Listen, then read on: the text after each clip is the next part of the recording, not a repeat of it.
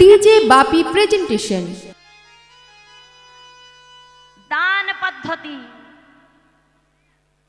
মানে যে রূপোর হার ঠেকায় না সে যদি 5 ভরি সোনার হার এনে দেয়, তাই না? কিন্তু রাধারানীকে কি সোনার হার দিয়ে ভোলানো যাবে? যে হলো বৃষভানু রাজনন্দিনী, রাজার মেয়ে, রাজা রাধারানীর গায়ের যতটা ওজন ঠিক ওই ওজনের সোনা বৃষভানু রাজা প্রত্যেক দিন সবাইকে দান করেন। হরি বল, হরি বল, হরি বল। সেই রাধারানীকে কি কোনো অলংকার দিয়ে ভোলানো যাবে? যাবে না। এটি বুঝতে পারলেন গোবিন্দ, কারণ রসিকে চূড়ামণি তো। তাই গোবিন্দ ভাবলেন আমায় এমন একটা কিছু দিতে হবে যেটার জন্য রাধারানী ঐশ্বর্য পরিত্যাগ করে রাস্তায় নেমে আসে। সেটি কি? সেটি হলো সাধের মুরলী। এই মুরলীটি আমি রাধারানীকে দান করব। তাই গোবিন্দ বলছেন লেহ লেহ লেহ রায়, লেহ লেহ লেহ রায়, সাধের মুরলী রাধে আমি রাখা, হরি বল, হরি বল। রাখাল বই তো নয়, রাধে আমার কি বা আছে, কি বা দেওয়া হে। তাই তোমারে সাধের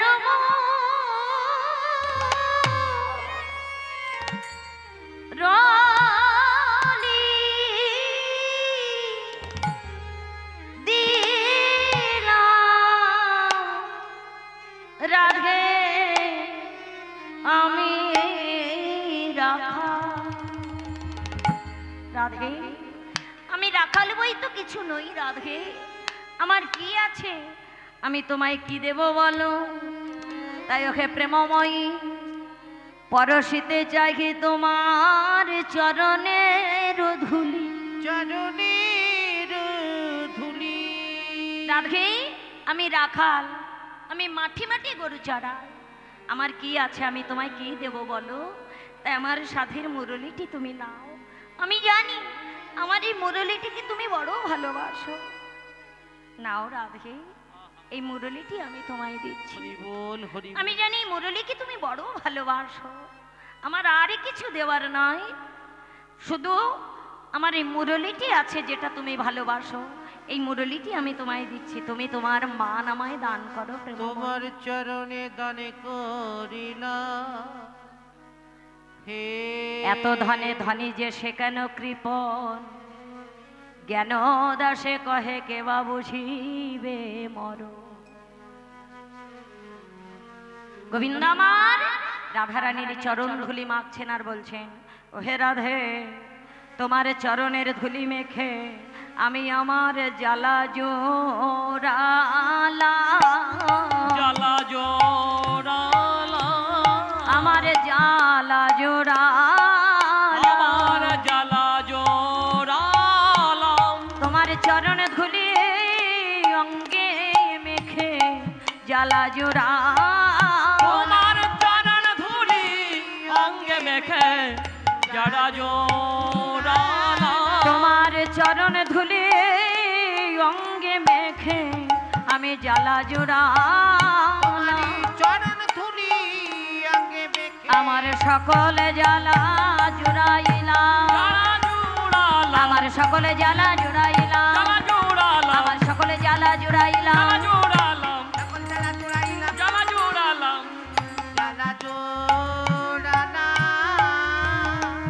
ভগবান শ্রীকৃষ্ণ শুধু আজ নয়, রাধারানীর চরণ ধুলি গ্রহণ করেছিলেন অনেক আগে। এই যে রাধারানীর চরণ ধুলি মেখে গোবিন্দ নিজেকে ধন্য করছেন, এই চরণ ধুলি অঙ্গে মেখেছিলেন কবে? দেখুন এই জগতে আমরা অনেকে বৈষ্ণব দেখতে পাই, কিন্তু প্রকৃত বৈষ্ণব কয় প্রকার বলুন তো? প্রকৃত বৈষ্ণব হলেন 3 প্রকার, সাধু বৈষ্ণব, ধীর বৈষ্ণব এবং একান্তিক বৈষ্ণব। সাধু বৈষ্ণব কেমন? সাধু যিনি ধৌত করতে পেরেছেন কি দেহের কাম ক্রোধ লোভ মোহ মদ মাৎসর্যকে, তবে গ্লিসারিন বা ডাব সাবান দিয়ে নয়, কৃষ্ণ নামের দ্বারা যিনি ধুয়ে মুছে পরিষ্কার করতে পেরেছেন তিনি হলেন সাধু বৈষ্ণব। আর ধীর বৈষ্ণব কেমন? পৃথিবীর সমস্ত লোভনীয় বস্তু তাকে হাতছানি দিয়ে ডাকছে, এসো কৃষ্ণ নাম তুমি ভুলে যাও, এই লোভনীয় বস্তু সকল তুমি গ্রহণ করো। তবু যে কৃষ্ণ ধনে বড় ধনে মনে করে ওই লোভনীয় বস্তুর দিকে এক বিন্দু লালসা নেন না, তিনি হলেন ধীর বৈষ্ণব। আর একান্তিক বৈষ্ণব কেমন?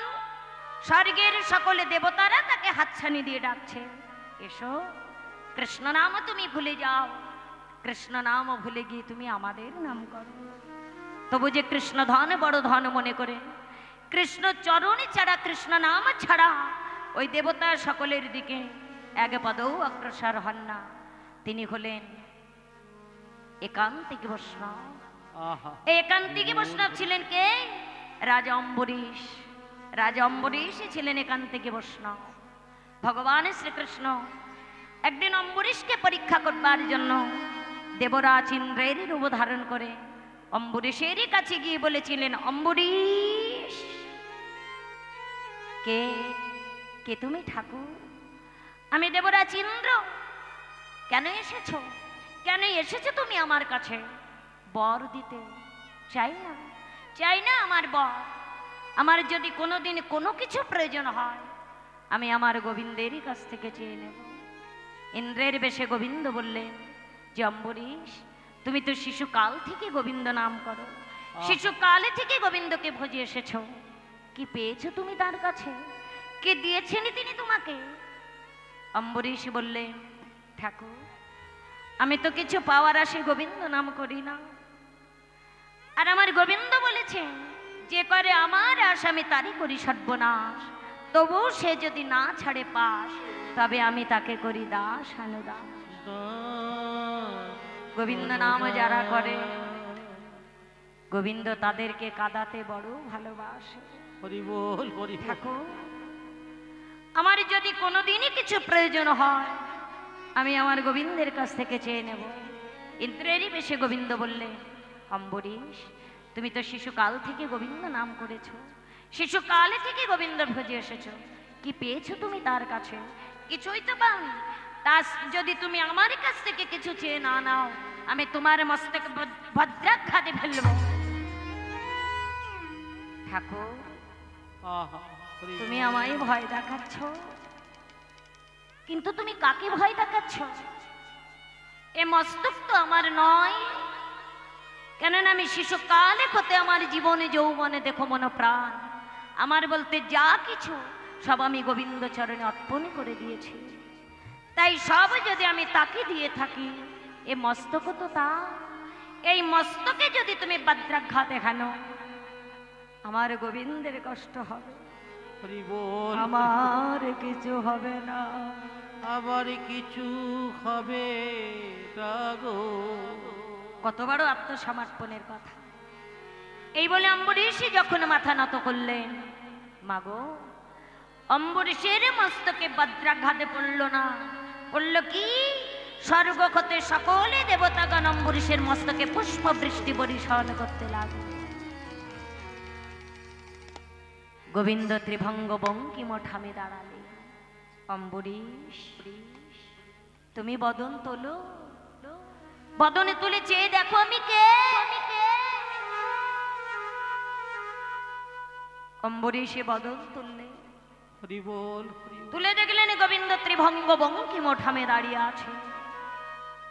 অম্বরীশ বললেন, গোবিন্দ তুমি তো জানো যে শিশুকাল হতে আমি তোমার নাম ছাড়া আর কারো নাম করি না, তোমায় ছাড়া আমি আর কাউকে চিনি না, কিন্তু তুমি বারবার এভাবে কেন আমায় পরীক্ষা করো বলো তো? গোবিন্দ বললে, অম্বরীশ আমি তোমায় পরীক্ষা করছি না, আমি তোমাকে দিয়ে জগতের মানুষকে শিক্ষা দিচ্ছি। ওকে জগতের মানুষ কৃপা যদি পেতে চাও তাহলে অম্বরীশের মতো একান্তিক বৈষ্ণব হও, হয়ে এক মনে এক ধ্যানে তোমরা আমার নাম করো, তাহলে দেবতাগণ যেমন অম্বরীশের মস্তকে পুষ্প বৃষ্টি বর্ষণ করেছেন, আমি তদ্রূপ সদা সর্বক্ষণ তোমাদের উপর কৃপা বৃষ্টি বর্ষণ করব। নিতাই গৌর হরি বল, হরি বল, হরি বল। ভগবান জগতে কৃষ্ণ একা। ভগবতে তার প্রমাণ দিলেন কি, এতে চাংশ কলা পুংস কৃষ্ণস্তু ভগবান স্বয়ং। সঙ্গে ভগবান কৃষ্ণ একা প্রশ্ন করতে পারে, কৃষ্ণ যদি একা ভগবান হবে তবে অন্য দেবতা কি? মাটির থেকে একটি বৃক্ষের মূল কিন্তু একটি ওঠে, আর মূল থেকে শাখা প্রশাখা চারিদিকে ছড়িয়ে পড়ে। বৃক্ষের মতো গোবিন্দ হলেন মূল, আর যত দেবতা তার শাখা প্রশাখা সদৃশ। তাই শাখা প্রশাখাকে যদি আমরা আশ্রয় করি, তারা কিন্তু কোনোদিন আমাদের পার করতে পারবে না। কেন? কারণ তাদেরও পারের কাণ্ডারি হলেন ভগবান শ্রীকৃষ্ণ। তাই গাছের গোড়ায় জল ঢাললে যেমন শাখা প্রশাখা ফল ফুল সব উজ্জীবিত থাকে, তেমনি কৃষ্ণ চরণকে আশ্রয় করলে স্বর্গের যত দেবী দেবী তারা সবাই খুশি থাকে। আশ্রয় করিয়া ভজে তারে কৃষ্ণ নাহি ত্যাজে, আর সব মরে আকার। মরে আকার। এই তিন প্রকারে বৈষ্ণব ছাড়া আর এক প্রকারে বৈষ্ণব আছেন, তিনি কে? সে হল নিষ্কিঞ্চন বৈষ্ণব। এই নিষ্কিঞ্চন বৈষ্ণব যেমন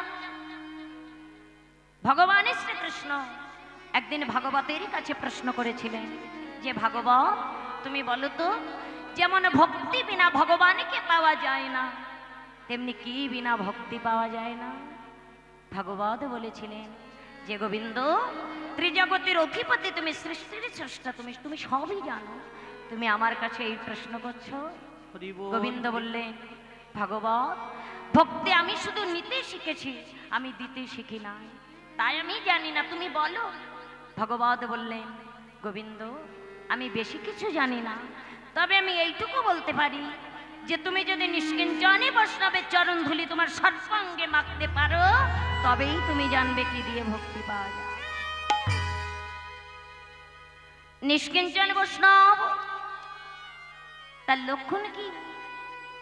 ভগবত বললেন যে, গোবিন্দ যে কৃষ্ণ সুখে সুখী, যে কৃষ্ণ দুঃখে দুঃখী, যে কৃষ্ণ হাসলে হাসে, যে কৃষ্ণ কাঁদলে কাঁদে, যে নিজের বলতে সবই কিছু গোবিন্দ চরণ অর্পণ করেছেন, সেই হচ্ছে নিষ্কিঞ্চন বৈষ্ণব।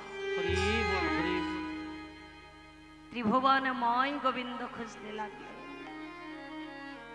ত্রিভুবনময় খুঁজে খুঁজে আহা। তিনি একজনকেই পেয়েছিলেন, যে কৃষ্ণ দুঃখে দুঃখী, যে কৃষ্ণ সুখে সুখী, যে কৃষ্ণ হাসলে হাসে, হাসে যে কৃষ্ণ কাঁদলে কাঁদে, কৃষ্ণ কাঁদলে কাঁদে, যে কৃষ্ণ ছাড়া কিছু জানে না। হরি বল, হরি বল। তিনি কে? তিনি হলেন প্রেমময়ী শ্রীমতী রাধা ঠাকুরা। ছুটে গিয়ে রাধারানীর চরণে প্রণাম করলেন।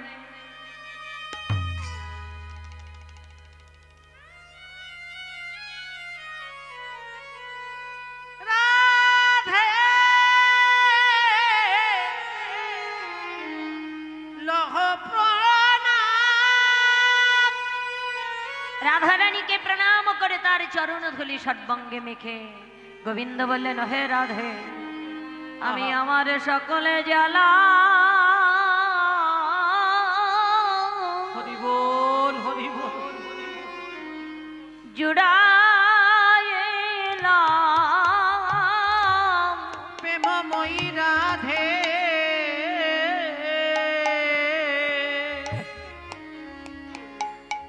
আমি সকল জ্বালা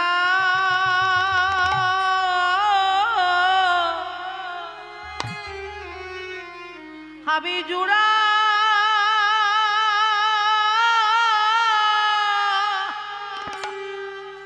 জুড়াইলা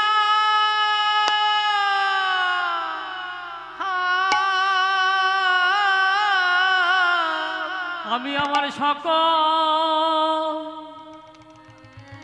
সকলে জ্বালা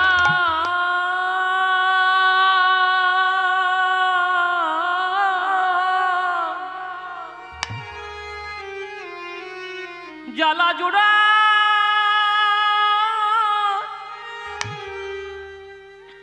জোড়াইলা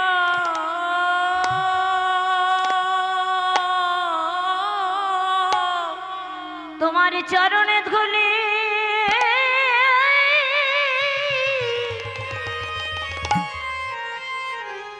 চরণে ধুলি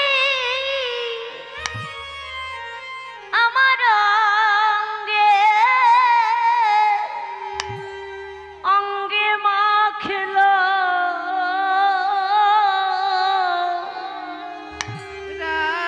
রাধে আমার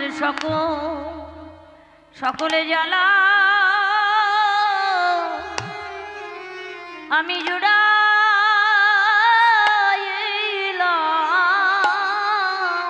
তোমার চরণ ধুলি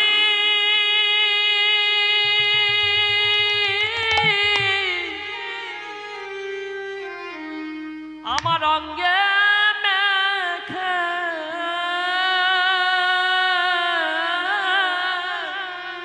আমার তবে তঙ্গ আমি শীতল করলাম আমার সকলে জ্বালা জুড়াইলাম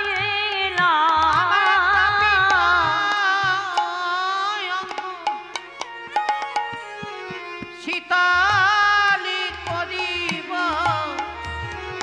সকলি জানা জুড়াইলা আমার তাপি তঙ্গটা শীতল করব জানা জুড়াইলা আমার তাপে তঙ্গ আমি শীতল করলাম সকল জ্বালা জুড়াইলাম তাপি তঙ্গ জুড়াইলাম আমার সকল জ্বালা জুড়াইলাম সকল জ্বালা জোড়াইলাম সকল জ্বালা জোড়াইলাম আমার সকল জ্বালা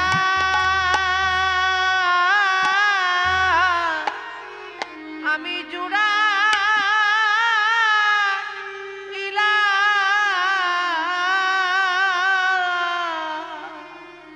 সেই দিনে প্রথম গোবিন্দ রাধারানীর চরণগুলি সর্বাঙ্গে ধারণ করেছিলেন। তাই বললেন, লেখো লেখো লেখো রায় করে মুরলি, পরশিতে চাহি তোমার চরণের ধুলি। এত ধনে ধনে যে সে কেন কৃপণ, জ্ঞানদাসে কহে কেবা বুঝিবে মর। তাহলে এই যে দান পদ্ধতিটা একেবারেই বাতি। তাহলে শ্যাম দান তৃতীয় নম্বরটা কি ছিল? ও মায়েরা মনে নেই? তৃতীয় নম্বরটা কি ছিল? ক্রিয়া, অর্থাৎ অসম্ভব কিছু করে দেখানো, তাই না? ওই যে বলেছিলাম যে ভাঙা রিক্সা চালায় সে এসি গাড়ি কিনে নিয়ে এসেছে, তা অসম্ভব কাজ করে দেখানোর নামই হচ্ছে ক্রিয়া। এটি হচ্ছে 3 নম্বর পদ্ধতি।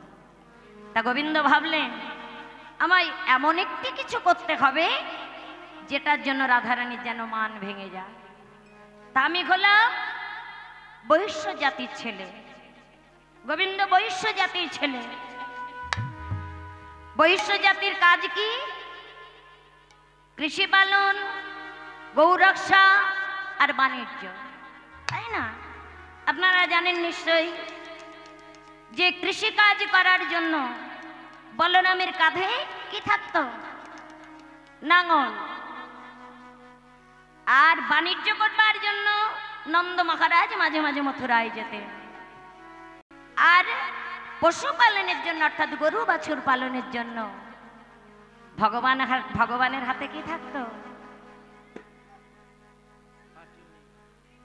কি থাকতো? মুরলী।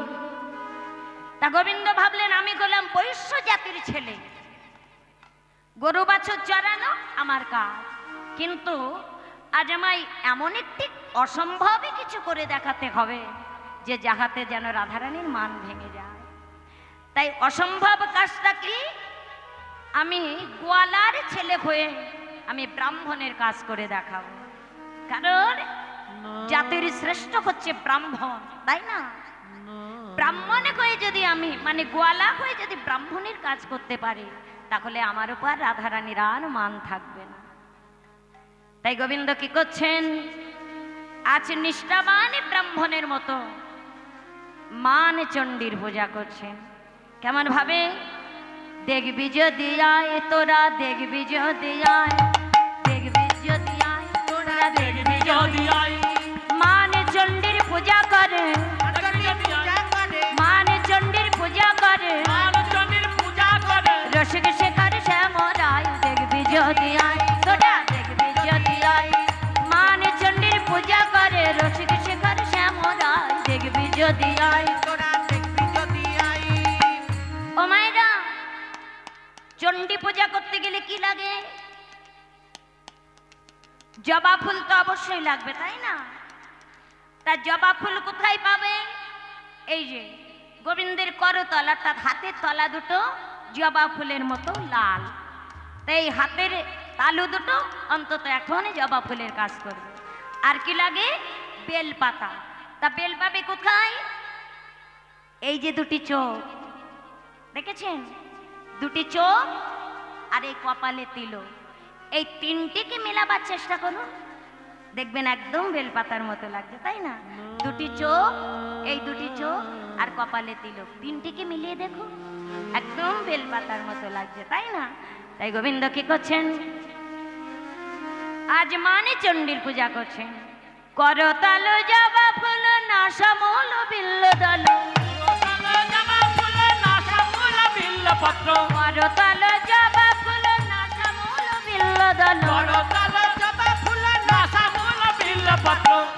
আখি জল গঙ্গা জল, আখি জল গঙ্গা জল দিচ্ছে চণ্ডীর রাঙা পায়, দেখবি যদি আয় তোরা, দেখবি যদি আয়। মান চণ্ডীর পূজা করে, মান চণ্ডীর পূজা করে, রসিক শেখর শ্যামরায়, দেখবি যদি আয় তোরা, দেখবি যদি আয়, দেখবি যদি আয় তোরা, দেখবি যদি আয়। মান চণ্ডীর পূজা করছেন গোবিন্দ। করতাল জবা ফুল নাশামূল বিল্ল দল, আখি জল গঙ্গা জল দিচ্ছে চণ্ডীর রাঙা পায়। ভগবান আমার রাধারানীর চরণ তলে বসে দুটি করতলকে জবা ফুল করে, আখি জলকে গঙ্গা জল করে, নাশা মূলকে বিল্ল দল করে রাধারানীর চরণ তলে বসে আজ গোবিন্দ পূজা করছেন। মানে চণ্ডীর পূজা, তা কঠিন মন্ত্রোচ্চারণে মান চণ্ডীর পূজা করতে হয়। তা গোবিন্দ যখন মান চণ্ডীর পূজা করছেন, কঠিন মন্ত্র উচ্চারণে মান চণ্ডীর পূজা করার চেষ্টা করলেন, কিন্তু যখন রাধারানীর মানই গেল না, গোবিন্দ যখন কঠিন কঠিন মন্ত্রোচ্চারণ করলেন, ললিতা বিশাখার সমস্ত সখীগণের মাথায় হাত। তারা ভাবলেন যে হাট হাট এই করে যে পশু পালন করে, সে এমন কঠিন মন্ত্র উচ্চারণ করলো কিভাবে? কিন্তু যাকে অবাক করবার জন্য এত কিছু, তার কোনো হেলদোল রাধারানীর মানে গেল না। গোবিন্দ বহু চেষ্টা করলেন, কিন্তু রাধারানীর যখন মানে গেল না, তাহলে সাম দাম ক্রিয়া, তৃতীয় পদ্ধতিটি কি? ক্রিয়া। সেই পদ্ধতিটি একেবারেই বেকার হয়ে গেল। এবার হচ্ছে চতুর্থ পদ্ধতি। চতুর্থ পদ্ধতিটা কি? ও মায়েরা, চতুর্থ পদ্ধতি কি বলেছিলাম?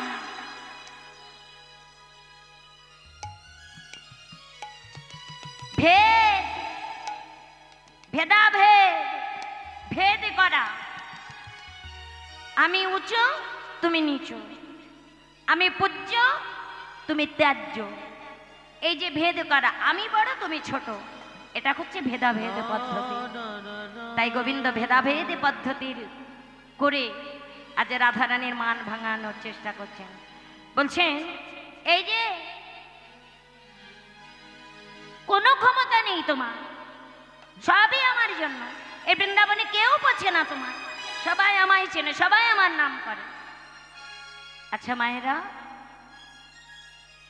এই যে কথাটা গোবিন্দ বললেন যে গোবিন্দকে সবাই চেনে, রাধারানীকে কেউ চেনে না, এ কথাটা কি ঠিক? কারণ বৃন্দাবনে যারা গেছেন তারা নিশ্চয়ই জানেন যে বৃন্দাবনে প্রত্যেকটি বৃন্দাবনবাসী বা বাসিনী, মন্ত্রী থেকে রাজা, রাজা থেকে রিক্সাওয়ালা, সবাই সকলের বদনে একটি নাম, কি? জয় রাধে রাধে রাধে জয় রাধে রাধে জয় রাধে জয় রাধে রাধে। গোবিন্দের যুক্তি হচ্ছে এই, তিনি বলছেন যে রাধে, এ বৃন্দাবনে যে সবাই তোমাকে চেনে সেটা আমার জন্য, তুমি আমার প্রিয়তমা বলে। আচ্ছা, রাধারানী যদি কংসের প্রিয়তমা হতো, কেউ কি তাকে চিনত? রাধারানী যদি রাবণের প্রিয়তমা হতো, কেউ কি তাকে চিনত? গোবিন্দের যুক্তি হচ্ছে এই, তুমি আমার প্রিয়তমা বলে এই সবাই তোমাকে চেনে, কোনো মূল্য নেই তোমার, কিছু পারে না তুমি। আমি 5 বার অবতার হয়েছি। কি কি? সত্যযুগে 5 বার অবতার হয়েছে। মৎস্য, কূর্ম, বরাহ, বামন, নৃসিংহ, 5 বার অবতার হয়েছি আমি। শোনো প্রেমময়ী, মৎস্য, কূর্ম, বরাহ, বামন, নৃসিংহ আদি অবতার,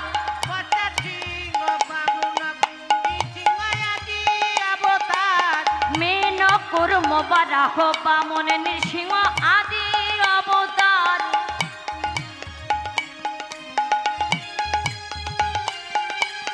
মেন, কূর্ম, বরাহ, বামন, নৃসিংহ আদি অবতার, কে না জানে বৃন্দাবনে কহি কহি পুনর্বার। এই না আজি বৃন্দাবনে কহি কহি পুনর্বার। কে না জানে বৃন্দাবনে কহি কহি পুনর্বার। কে না জানে বৃন্দাবনে পরশুরাম রূপ ধরি ক্ষত্রিয় নিধন করি। পরশুরাম রূপ ধরি ক্ষত্রিয় নিধন করি। পরশুরাম রূপ ধরি ক্ষত্রিয় নিধন করি। পরশুরাম রূপ ধরি ক্ষত্রিয় নিধন করি। রাবণ বধ লাগে হাম রামচন্দ্র রূপ ধরি। রাম বধ করে আদি রামচন্দ্র রূপ ধরি। রাবণ বধ লাগে হাম রামচন্দ্র রূপ ধরি। রাবণ বধ লাগে আজি রামচন্দ্র রূপ ধরে। রাধে, সত্য যুগে আমি 5 বার অবতার হয়েছিলাম। মৎস্য, কূর্ম, বরাহ, বামন, নৃসিংহ, সত্য যুগে। আর ত্রেতা যুগে আমি পরশুরাম রূপ ধরি ক্ষত্রিয় নিধন করি। রাবণ বধ লাগি হাম রামচন্দ্র রূপ ধরি। রামচন্দ্র রূপ ধরে রাবণকে বধ করেছিলাম। তখন ললিতা গিয়ে গোবিন্দের কানে কানে বললেন, এই যে শ্যামনগর, তুমি এগুলি করেছো সত্য যুগে, ত্রেতা যুগে, এগুলো তো তোমার বানানো কথাও হতে পারে, আমরা বিশ্বাস করব কেন? বেশ, তাহলে এ যুগে আমি কি কি করেছি, তাহলে সেটা শোনো। আমি এ যুগে কি কি করেছি। পুতনা আদি সকট ভঞ্জন, পুতনা দমন আমি করেছি, সকট ভঞ্জন আমি করেছি। কালিয় দমন কথা পুতনা আদি সকট ভঞ্জন। কালিয় দমন কথা পুতনা আদি সকট ভঞ্জনী। কালিয় দমন কথা আদি সকট ভঞ্জনে কালিয় দমন কথা পুতনায়াদি সকট ভঞ্জন কালিয়া দামন কথা কে না জানে বৃন্দাবনে শোনো বৃষ ভানু সুথা কে না জানে বৃন্দাবনে শুনো বাচ্চ ভানু সুতা কে না জানে বৃন্দাবনে শোনো বৃষ ভানু সুথা কে না জানে বৃন্দাবনে শুনো বিষ ভানু সুতা কে না জানে গো কে না জানে গো কে না জানে গো কে না জানে গো বলি এই না মধুর বৃন্দাবনে কথা কে না জানে গো এই না মধুর বৃন্দাবন কথা কে না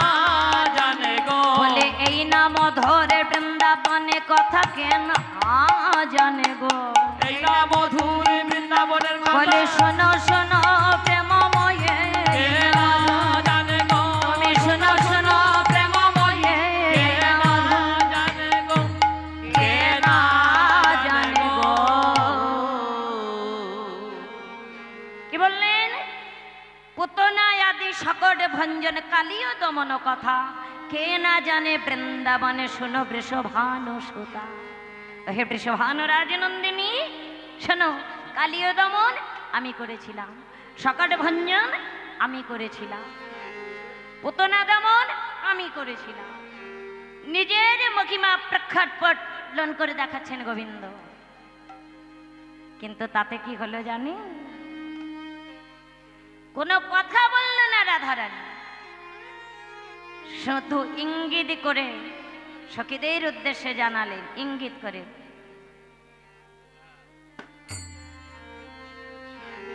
ইঙ্গিত করে বুঝিয়ে দিলেন ওই দেখ নিজের মহিমা প্রকাশ করে দেখাচ্ছে যে আমি ভগবান ওসব ভগবানটা আমরা চিনি না কারণ কোনো ভগবানকে আমরা ভালোবাসি আমরা ভালোবেসেছিলাম রাখাল ছেলেকে তাই রাখালি ছেলেকে আমরা ভালোবাসি ওসব ভগবানটা আমরা চিনি না ওনাকে অন্য জায়গায় যেতে বল দেখবি লোকে ওনার চরণে পুষ্পাঞ্জলি দেবে পূজা করে তাহলে ভেদ পদ্ধতিটা একেবারেই বাতিল হয়ে গেল তারপরে কি পঞ্চম পদ্ধতি হচ্ছে নতি পায়ে হাত ধরে মান ভাঙানো গোবিন্দ আমার এত চেষ্টা করলেন এত কাঁদলেন এত কিছু বললেন তবু যখন রাধারানীর মান গেল না এবার গোবিন্দ আমার কি করলেন রাধারানীর দুটি চরণ ধরে রাধারানীর মনোভাব বুঝতে পেরে গোবিন্দ আমার রাধারানীর চরণ ধরে কাঁদিতে লাগলেন আজ রায়ক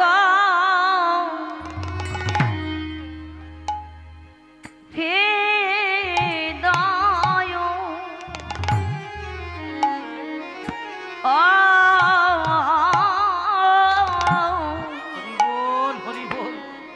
ভাবা বুঝে মাধব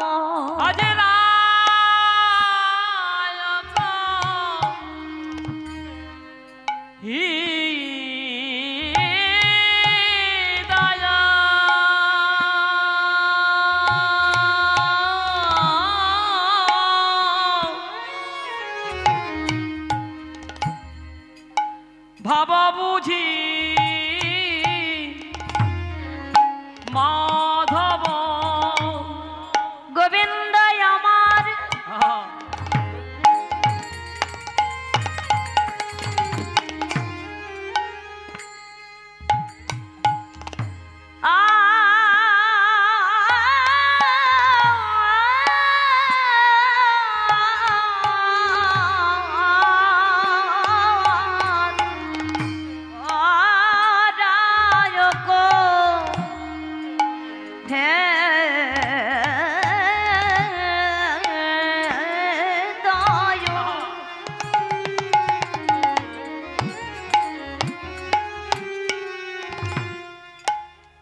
ভব যে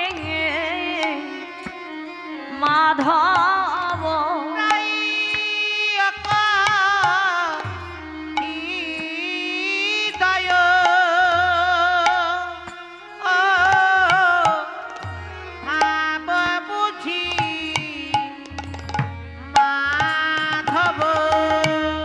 আজ পদ তলে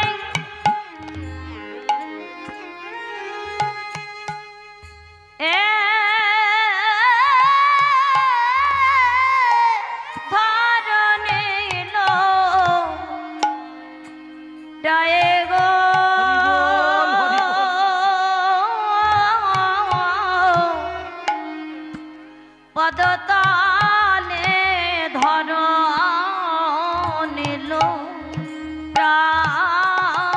আজি পদতলে পদতলে ধর নিল চাই গো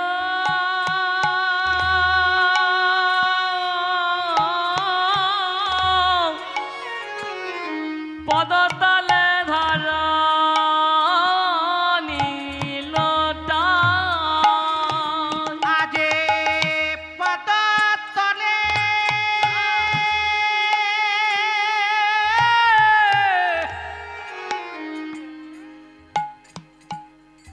ধর নিল তাই গো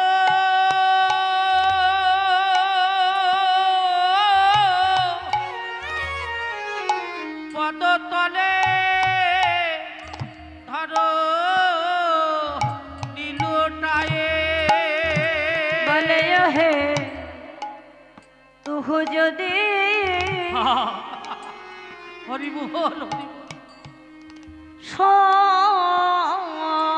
সুন্দরী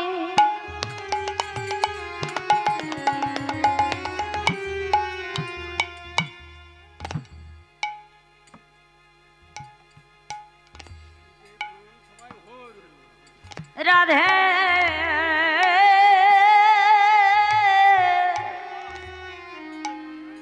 মজুখো নাহে রবি ওরে তুহু যদি সুন্দরী রাধে মধুমুখ নারহেরি তুমি যদি সুনিদরি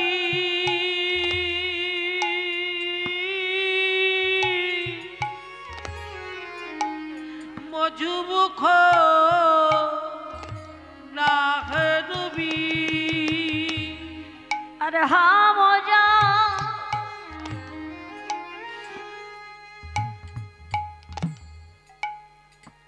हाँ मजा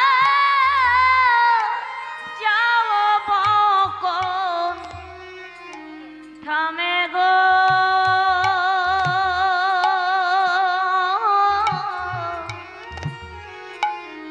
हाँ मजा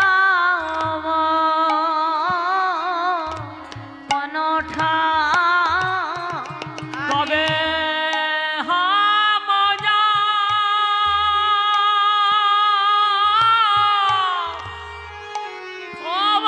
কোন থামহে